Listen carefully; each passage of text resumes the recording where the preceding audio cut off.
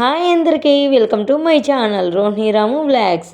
ఈరోజు అయితే నేను చూపించే వీడియో ఏంటంటే వడియాలు ఇంట్లోనే సంవత్సరాలు నిలవ ఉండే వడియాలు ఎలా తయారు చేయాలో చూసేద్దాం రండి మా వీడియో ద్వారా.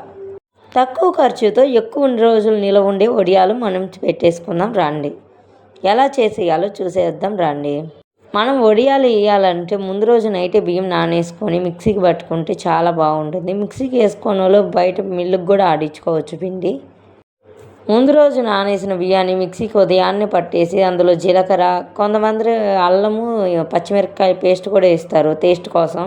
నేనైతే అది అవాయిడ్ చేశాను వద్దనేసి. ఇంకా వాటర్ ఒక్క గ్లాసు బియ్యానికి వచ్చి 8 గ్లాసులు వాటర్ పోయాలి. అప్పుడు కానీ వడియాలు బాగా వస్తాయి.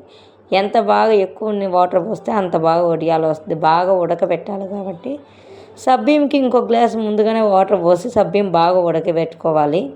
ఈ వడియాలకి సబ్బియ్యం వేస్తే ఇంకా టేస్ట్ అదిరిపోతుంది. అందుకే వడియాలకి సబ్బియ్యం చాలామంది వేస్తూ ఉంటారు. ఆ సబ్బియ్యం బాగా ఉడికిన తర్వాత మనం బియ్యం మిక్సీకి వేసుకున్న పిండి ఉంటుంది కదా, ఆ పిండి కూడా అందులో వేసి వంట కట్టకుండా బాగా తిప్పుతూనే ఉండాలి. బాగా తిప్పి బాగా ఉడికేదాకా. అప్పుడు కొద్దిగా మనకు వాటర్ తగ్గింది అనుకున్నా కొద్దిగా వేసుకోవచ్చు.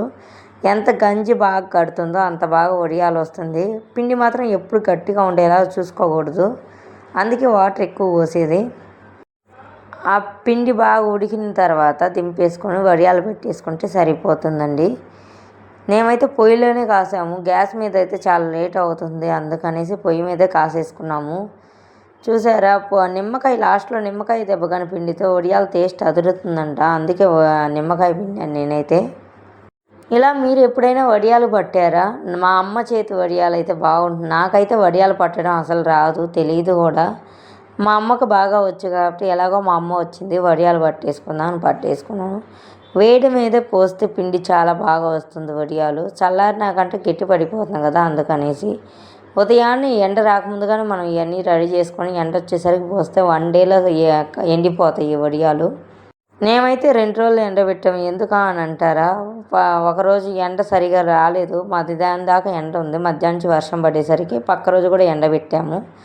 ఈ మిస్టేక్ ఎందుకు చేసామో మాకైతే అర్థం కాలేదు. సడన్గా ఇంకా మంచం ఒకటే ఉందండి, మంచం మీద పోసి ఇంకా నేల మీద చీర వేసి పోసేసాము.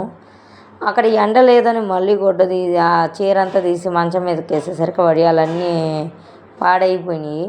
మీరైతే అలా చేయొద్దు అసలు. కానీ మంచం మీద పోసిన వడియాలు అయితే సూపర్గా వచ్చినాయి. ఎప్పుడైనా సరే వడియాలు ఎండిన తర్వాత మనం వెనకాల వాటర్ బాగా చల్లాలి. అప్పుడు కానీ వడియాలు బాగా రావు తీయడానికి. వడియాలు తీసేటప్పుడు ఆ చీర మనం వేసిన దానికి వెనకాల కానీ వాటర్ చల్లి బాగా ఇస్తే భలే వచ్చేస్తుంది.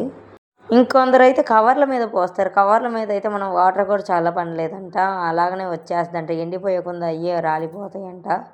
కవర్లో ఎప్పుడైనా మీరు ఎవరైనా వేసున్నారా వడియాలు? నేమైతే వేయలేదు. వేసిన వాళ్ళు అయితే కామెంట్ చేసేయండి ఫ్రెండ్స్.